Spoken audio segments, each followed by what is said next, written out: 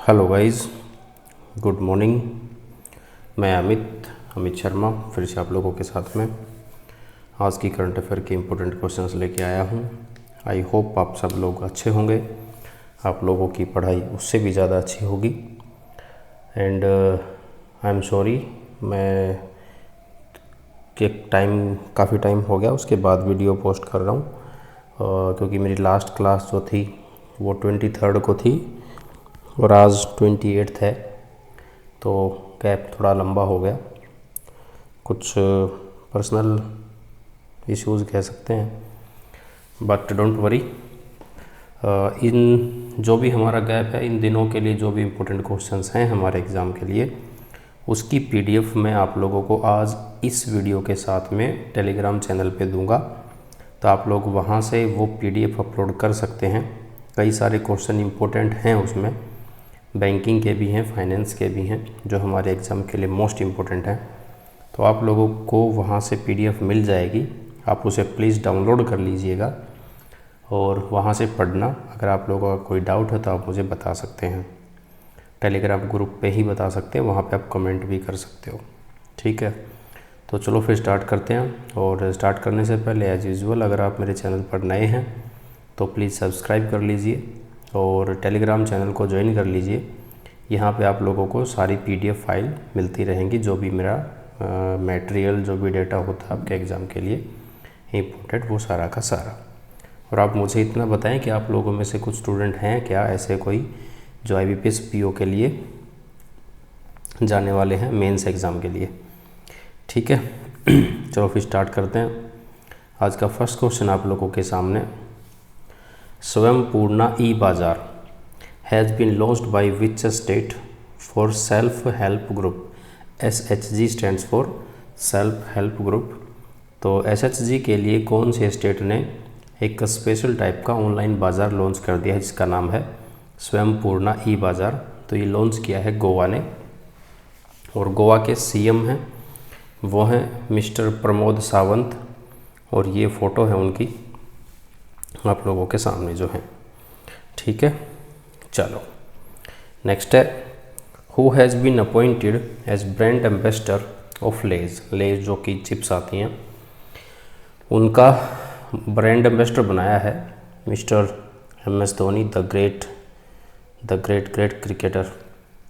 सब लोग को वो पसंद होंगे ये। तो ये इनका फ़ोटो है, इस टाइप से आप इनको शायद आप लोगों ने इनकी वो ऐड भी देखी होगी। मैंने जैसे कल पाकिस्तान का जो मैच था उस टाइम देखी थी कि नो लेज नो गेम करके, सेम यही इसी लाइन के साथ में, वो स्लोगन के साथ में वो इसकी ऐड करते हैं, और पाकिस्तान को कल हरा दिया। पाकिस्तान शायद वर्ल्ड कप से बाहर हो ही गया होगा अब तो। ठीक है जी, चलो नेक्स्ट है, India to surpass Japan to become second largest economy in Asia कौन से साल तक। ये S&P ग्लोबल मार्केट जो है उसने कहा है कि इंडिया जो होगी वो एशिया की सेकंड लार्जेस्ट इकोनॉमी होगी, और वो जापान को सरपास कर देगी, पार कर देगी। और वो कब तक हो जाएगा, वो 2030 तक होगा। हालांकि अभी काफ़ी टाइम बड़ा है, लेकिन 2030 तक। ऐसी सारी कई प्रेडिक्शंस होती हैं, आप लोगों ने देखा होगा। चलो नेक्स्ट है, which country remains top country of origin for new migrants to OECD nations just a second. OECD nations in 2021 में जो है कौन सी कंट्री ने टॉप किया है, जो कि OECD जो नेशंस है वहाँ पे सबसे ज़्यादा माइग्रेंट हुआ है। तो ये इंडिया ऐसी कंट्री है जहाँ से सबसे ज़्यादा जो माइग्रेंट है वो OECD नेशंस के लिए है, और इसमें करीबन 40,700 ऐसे इंसान हैं, पीपल हैं जो गए हैं, लेकिन उसमें से एक्सक्लूड किया जाएगा स्टूडेंट जो पढ़ने के लिए जाते हैं, उन सब के लिए, उन सब को निकालने के बाद 40,700 ऐसे इंडिया से जीवित इंसान गए हैं यहाँ पे। और सेकंड रैंक पे है चाइना, उसके बाद रोमानिया, यूक्रेन और जर्मनी भी है। OECD की बात करेंगे तो stands for organisation for economic cooperation and development. इसके जो सेक्रेटरी जनरल हैं ये मैथियास कोरमन है। हेडक्वार्टर इनका इसका जो है वो पेरिस फ्रांस में है। और OECD जो ग्रुप है उसमें टोटल 38 कंट्री हैं, 38 कंट्रीज़ हैं। इन कंट्रीज़ के नाम आप लोगों को नीड नहीं है, लेकिन फिर भी आप ध्यान रखें कि 38 कंट्री हैं इसमें OECD ग्रुप में। ठीक है जी। चलो नेक्स्ट है, अरातू फेस्टिवल कौन से स्टेट से रिलेट करता है, कौन से स्टेट का फेमस फेस्टिवल है? तो ये केरला का है। और ऐसे फेस्टिवल हमारे एग्ज़ाम में बहुत बार पूछे जाते हैं, आप लोगों को याद होना चाहिए। ठीक है। चलो नेक्स्ट है, which actor will be awarded, actress भी कहेंगे, एक्टर एक ही चीज़ है, award the title of chevalier dans l' ordre des arts et des lettres. ये पूरे जो इन्वर्टेड कॉमा में बंद है ये सारा का सारा एक अवार्ड का नाम है। और ये फ्रेंच गवर्नमेंट यानी फ्रांस देता है। तो ये इंडिया के किस एक्ट्रेस को या एक्टर को मिलने जा रहा है? तो ये ऋचा चड्ढा को मिलेगा। इनको आप जानते होंगे, हाल फिलहाल में इनकी जो मूवी आई थी फुकरे 2 आई थी, उसमें भी थी ये। ठीक है जी। चलो नेक्स्ट है, PM स्वनिधि स्कीम। इस स्कीम के बारे में कुछ इंपॉर्टेंट बातें हम लोगों को पढ़ने की नीड है, तो हम पढ़ लेते हैं। तो PM स्वनिधि स्कीम जो लॉन्च हुई थी वो 1 जून 2020 को हुई थी। और ये एक स्कीम थी जिसमें माइक्रो क्रेडिट दिया जाता था, किसके लिए? अर्बन स्ट्रीट वेंडर्स को। अर्बन की जो स्ट्रीट हैं, शहरों की जो स्ट्रीट्स हैं, गलियाँ हैं, वहाँ पे जो बेचने वाले हैं, वेंडर्स हैं, उनके लिए स्कीम लॉन्च की गई थी। और इसका जो एम था वो क्या था? वो था कोलेट्रल फ्री एक लोन प्रोवाइड कराने का इसका एम था इस स्कीम में, जिसमें टोटल 50,000 रुपये तक इंक्रीमेंटल ट्रांचेज थे। मतलब 50,000 रुपये तक का लोन एक स्टेप बाय स्टेप दिया जाना था, जिसमें फर्स्ट टाइम अगर कोई लोन लेता है तो उसको 10,000 रुपये मिलेंगे। और अगर उस लोन की दी हुई किस्त को वो टाइमली रीपे करता है तो उसको सेकंड टाइम में, सेकंड स्टेज में 20,000 रुपये दिए जाएंगे। अगेन अगर वो फिर से अपनी रीपेमेंट सही तरीके से करता है तो थर्ड स्टेप में उसको 50,000 रुपये तक का लोन कंप्लीट करके दिया जाएगा। ठीक है। तो ये ऐसी एक प्रोसेस है जो कि स्टेप बाय स्टेप होनी है। और इसकी ख़ास बात ये है कि इस स्कीम के अंडर गवर्नमेंट ऑफ इंडिया ने जो कहा था वो कहा है कि 2 दिसंबर 2023 तक टोटल 88.5 लाख स्ट्रीट वेंडर्स हैं जिनको लोन डिसबर्स किया जाएगा। ये एक टारगेट रखा गया है। और अगर हम बात अभी जो एक ये नेक्स्ट जो पॉइंट है, ये SBI ने एक रिपोर्ट, SBI ने इसका कुछ क्या बोलते हैं, इसके बारे में चेक किया था कि स्वनिधि स्कीम कितने स्टेज तक सक्सेसफुल रही है, नहीं रही है। तो उसकी एक रिपोर्ट आई थी SBI की, जिसमें ये कहा गया है कि PM स्वनिधि स्कीम की जो टोटल इनरोलमेंट है, जिन लोगों को लोन दिया गया है, उसमें से 43% वुमेन हैं। टोटल लैंडिंग में जो रेशो है वो 43% किसका है? वो वुमेन्स का है। और 47% जो है वो मेल्स का है। अब उसके बाद भी ये कहा गया कि रिपोर्ट ये कहती है कि 75% बेनिफिशरीज जो हैं वो नॉन जनरल कैटेगरी से आते हैं, नॉन जनरल कैटेगरी से आते हैं। ठीक है। और इसमें से भी उसके बाद जिसमें 44% 44% जो हैं वो OBC कैटेगरी में हैं, 22% जो है वो SC ST कास्ट से आते हैं। तो ये कुछ खास इंपॉर्टेंट पॉइंट हैं। और IBPS PO का जो मेंस एग्ज़ाम 5 नवंबर को होने जा रहा है, उसमें यहाँ से क्वेश्चन 100% पूछा जाएगा, देख लेना चाहिए। ठीक है। चलो नेक्स्ट है, विच बैंक पार्टनर्स विद, ये वाया अमेरिकास एक पेमेंट कंपनी है, उस पेमेंट कंपनी का नाम है, जिसके साथ किस बैंक ने टाई अप किया है, ये आप लोगों ने पूछा है। और ये रेमिटेंस बेस पे काम करती है, क्रॉस बॉर्डर रेमिटेंसेस पे, one country to another country transfer करने के लिए। तो इंडिया के इंडसइंड बैंक ने इस कंपनी के साथ टाई अप किया है NRIs के लिए, वो NRI जो US में हैं। अगर वो इंडिया में कोई फ़ंड ट्रांसफ़र करना चाहते हैं, रेमिटेंस करना चाहते हैं, तो अब वो इस प्लेटफॉर्म को यूज़ करके इंडसइंड बैंक में फ़ंड ट्रांसफ़र कर सकते हैं। तो ये आप लोगों को ध्यान रखना है कि कौन से बैंक ने लॉन्च किया है। ठीक है जी, चलो नेक्स्ट है, Reserve Bank of India told lenders, कोई भी लेंडर है, कोई फाइनेंशियल इंस्टीट्यूशन है या कोई भी क्रेडिट ब्यूरो है, अगर उसमें किसी भी टाइप की कोई कंप्लेंट आई है और उस कंप्लेंट का अगर टाइम से सॉल्यूशन नहीं किया गया, कितने दिनों तक, 30 दिनों तक, तो उसके बाद वो इंस्टीट्यूशन, वो लेंडर, वो क्रेडिट ब्यूरो या वो फाइनेंशियल कंपनी उस पेटिशनर को कितने रुपए पर डे का फाइन देगी। तो इसका जो आंसर आएगा वो होगा 100 डेज, यानी 100 रुपीज़।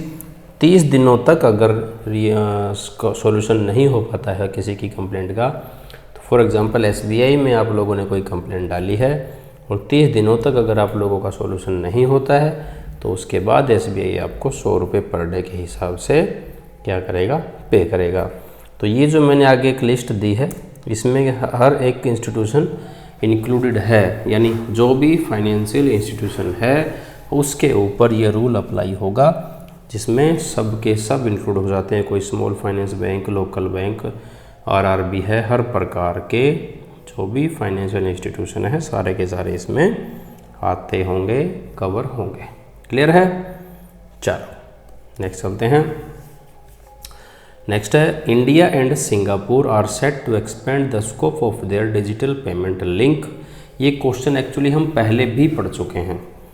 ये क्वेश्चन पहले हम पढ़ चुके हैं कि इंडिया ने किस कंट्री के साथ, ये क्वेश्चन ऐसा था मैंने जैसे पढ़ाया था कि इंडिया ने रिसेंटली किस कंट्री के साथ क्रॉस बॉर्डर रेमिटेंसेस के लिए, वही UPI जो इंडिया का है उसने टाई अप किया है।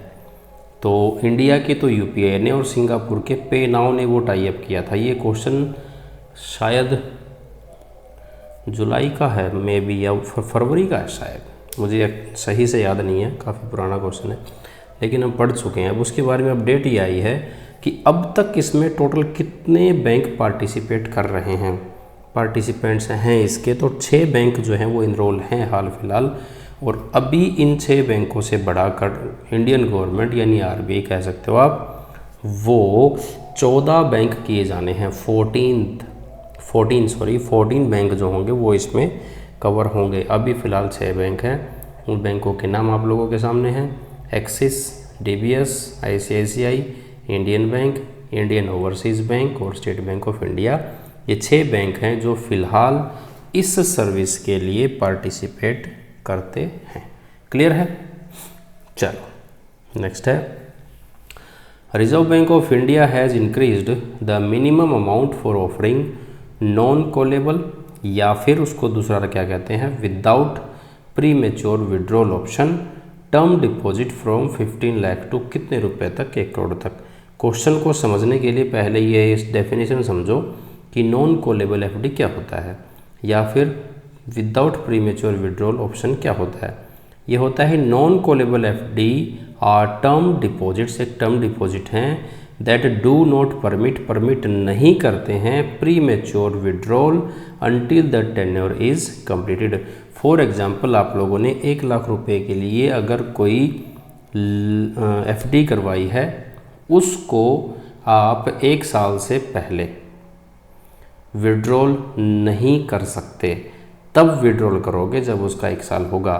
तो इस टाइप का जो भी डिपॉजिट होता है बैंकों के पास में, उसको नॉन कॉलेबल FD कहते हैं। और ये अमाउंट जो थी पहले 15 लाख रुपए तक की थी, कि 15 लाख रुपए तक की अमाउंट को तो आप कर सकते हो, लेकिन उससे ऊपर जाने के बाद आप लोग नहीं कर सकते थे। अब वो अमाउंट कितनी बढ़ा दी गई है, वो 1 करोड़ रुपए तक की बढ़ा दी गई है, कि अब 1 करोड़ रुपए तक की अमाउंट जो होगी वो नॉन कॉलेबल नहीं होगी, जब आपकी मर्जी हो तब उसको विड्रॉल कर सकते हो। इसके बारे में कई सारी इंपॉर्टेंट बातें हैं, कुछ अच्छी बातें, तो जो मैं PDF आप लोगों को देने वाला हूँ, उस PDF में आप लोगों को वो सारी बातें पढ़ने को मिलेंगी, तो आप प्लीज़ वहाँ से इसको डाउनलोड कर लीजिएगा। ठीक है जी, चलो नेक्स्ट है, India has achieved the target of blending 12% ethanol with the petrol during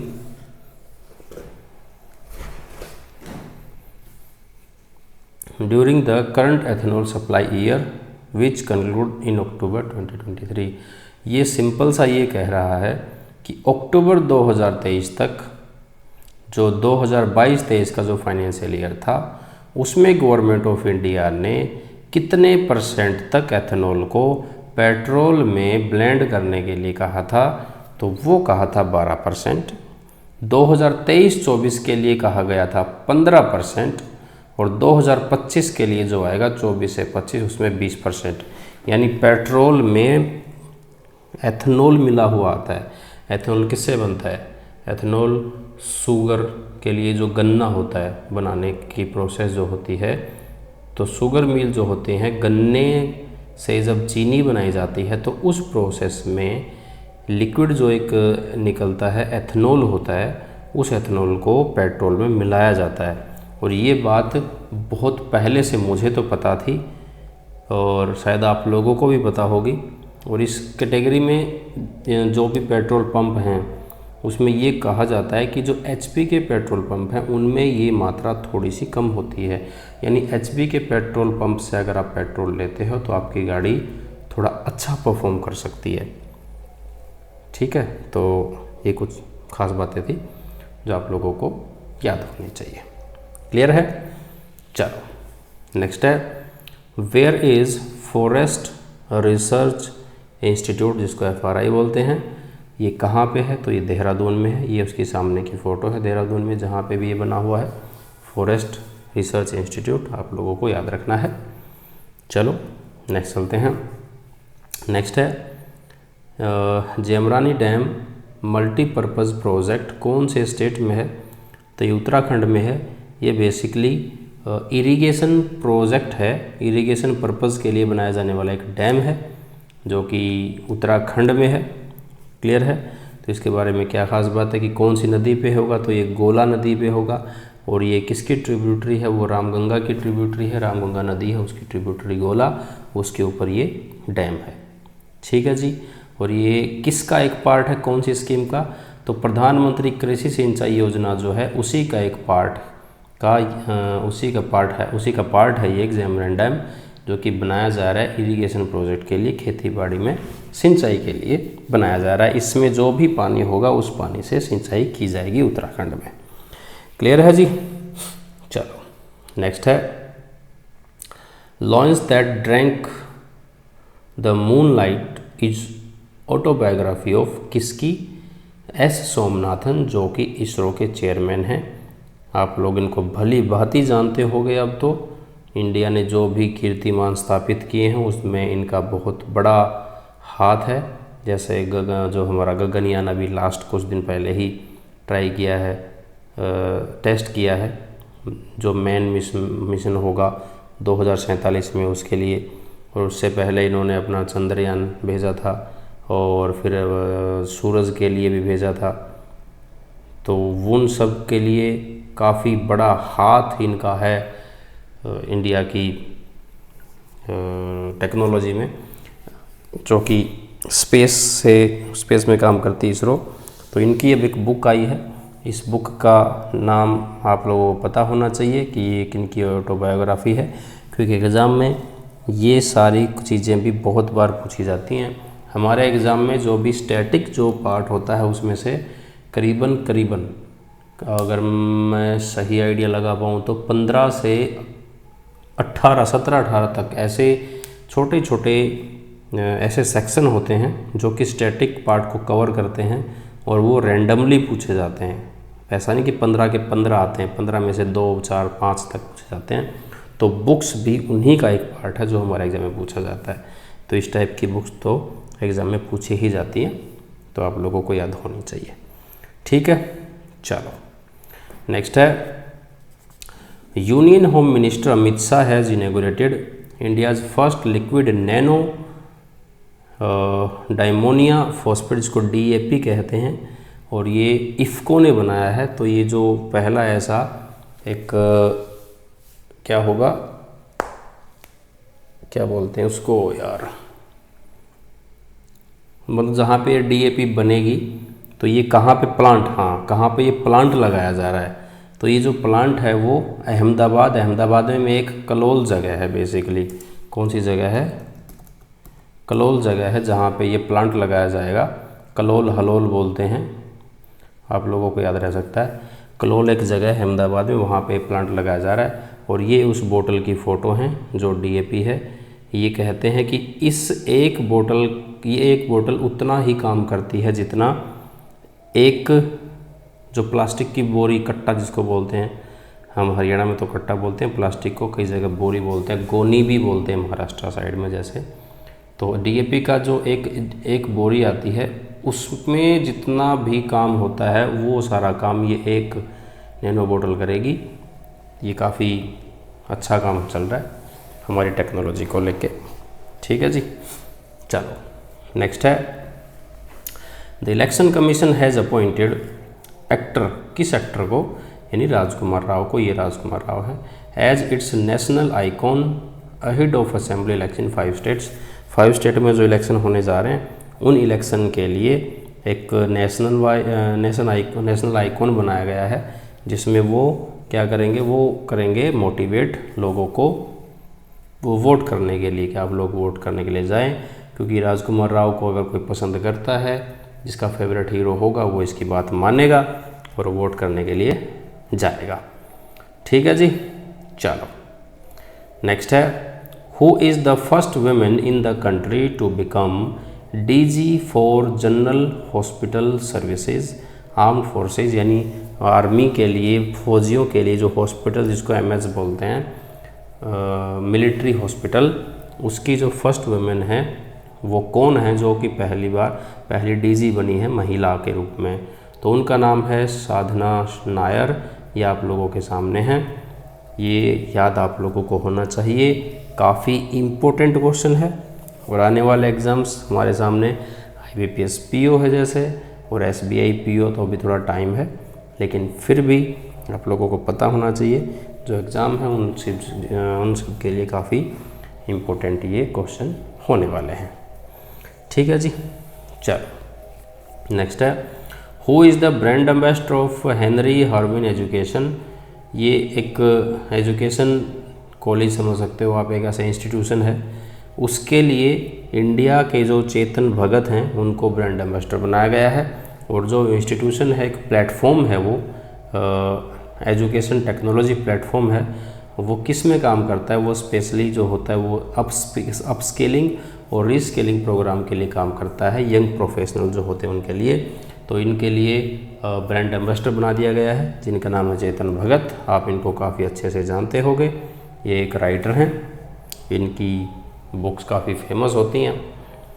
ठीक है जी, चलो नेक्स्ट है, which country has become the second quad partner after US to sign an agreement with India for the joint development of semiconductor. पता होगा आप लोगों को, कोई सेमीकंडक्टर के फील्ड में इंडिया में प्लांट लगाने के लिए पहला जो टाई अप हुआ था वो US के साथ हुआ था, और अब दूसरा जो टाई अप है वो जापान के साथ हुआ है।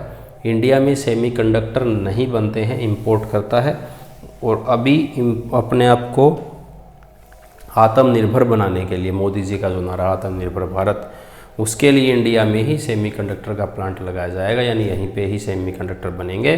तो उसके लिए US के साथ टाई अप हुआ था, और ये जो भी प्लांट लगेगा वो भी अहमदाबाद में ही लगेगा, गुजरात में। और दूसरी जो कंट्री है उसके लिए जापान के साथ टाई अप कर लिया गया है। मोस्ट इम्पोर्टेंट क्वेश्चन आप लोगों को याद होना चाहिए। ठीक है जी, तो ये थे आज के कुछ इम्पोर्टेंट क्वेश्चंस जो कि मैंने डिस्कस किए। और अगेन मैं आप लोगों को बता दूं, लास्ट मेरी जो वीडियो थी वो 23 को थी, आज 28 है, तो इसके बीच की वीडियो मैं पोस्ट नहीं कर पाया था 24 to 27। तो ये जो भी इम्पोर्टेंट क्वेश्चंस हैं उसकी PDF मैं आप लोगों को टेलीग्राम चैनल पर देने वाला हूँ। आप ये वीडियो जैसे देख रहे होंगे मॉर्निंग में, तो आप लोगों को मॉर्निंग में या फिर दोपहर तक PDF फाइल मिल जाएगी, जिसमें सारा का सारा पीछे का कवर किया हुआ होगा। तो आप इसके लिए प्लीज़ आप टेलीग्राम चैनल को ज्वाइन कर लीजिए, जो योर बैंकिंग मास्टर के नाम से आप लोगों को टेलीग्राम पे मिल जाएगा। और जाने से पहले आप लोगों का थैंक यू वीडियो वॉच करने के लिए, और रिक्वेस्ट आप चैनल को सब्सक्राइब कर लीजिए और वीडियो को दोस्तों के साथ शेयर कर लीजिए। ठीक है जी, तो फिर आज के लिए मेरी साइड से इतना ही रहेगा। Thank you very much.